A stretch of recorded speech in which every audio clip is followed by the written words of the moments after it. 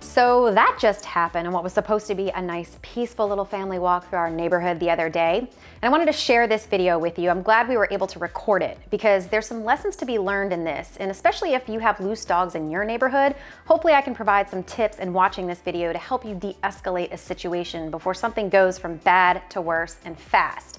Now, it's only about a 1-minute clip that we got, so I want to share the whole thing in its entirety with you, and then we'll go back through and I'm going to pause it and I'm going to point out some important things that you can remember when you're out and about with your dogs and your family in your neighborhood to help de-escalate a situation.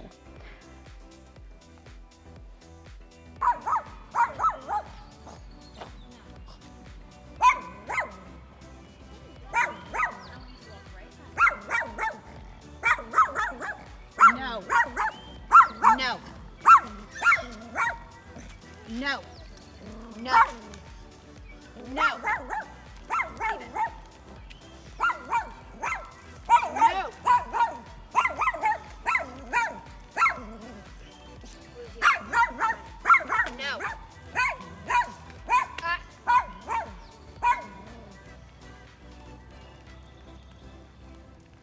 Leave it. Good girl. Leave it.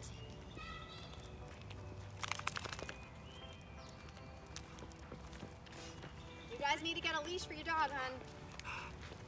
It's a good way to get hit by a car or eaten by another dog.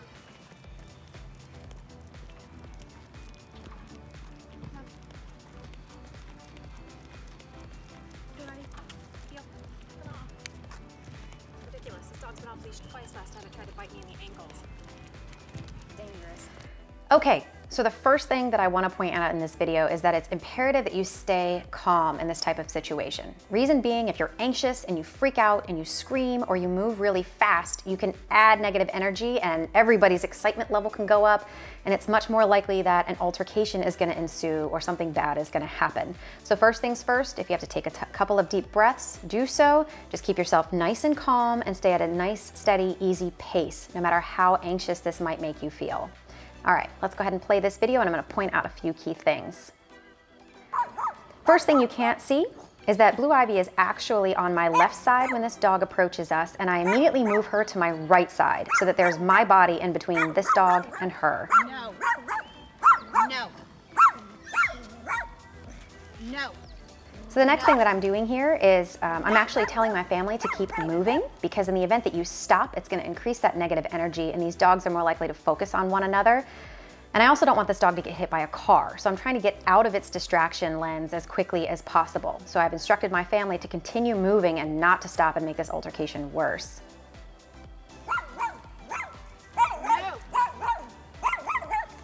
Okay, so right here, I go from telling the dog no, quietly and firmly, to no, a little bit more loudly and more firmly. I just increased the intensity level a little bit because this dog was not staying back far enough and was getting a little too close and making me nervous.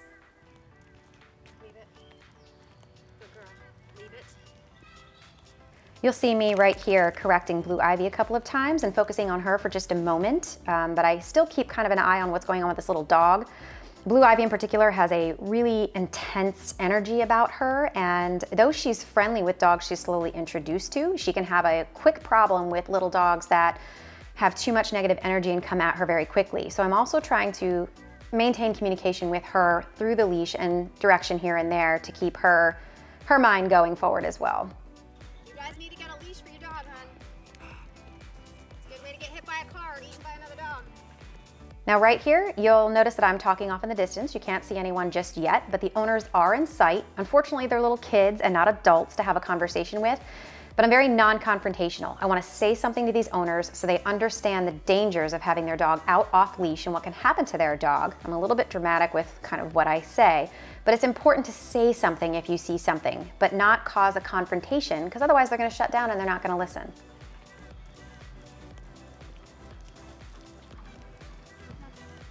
And once I'm out of the danger, I go ahead and put Blue Ivy back in heel on the other side, and that's just continuing to move her brain and get her unfocused on the situation and back to moving with us.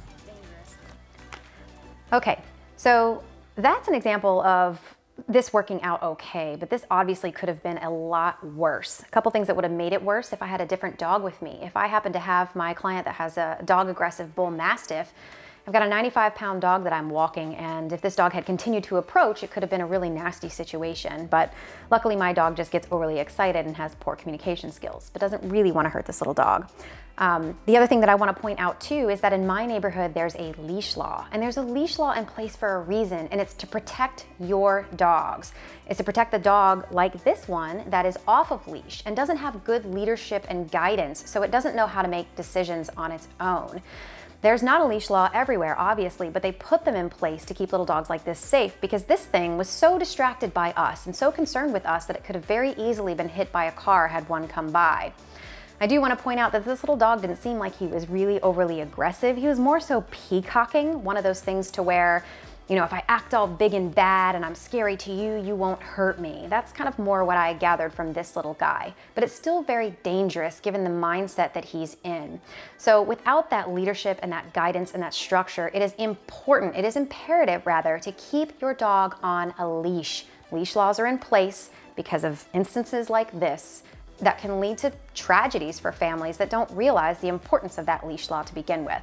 So again, you know, this situation obviously could have been a lot worse. Luckily, we were able to de-escalate it. I can't stress enough to stay calm, no matter how scary it might be, anticipating what could potentially happen with a strange dog that runs up on you.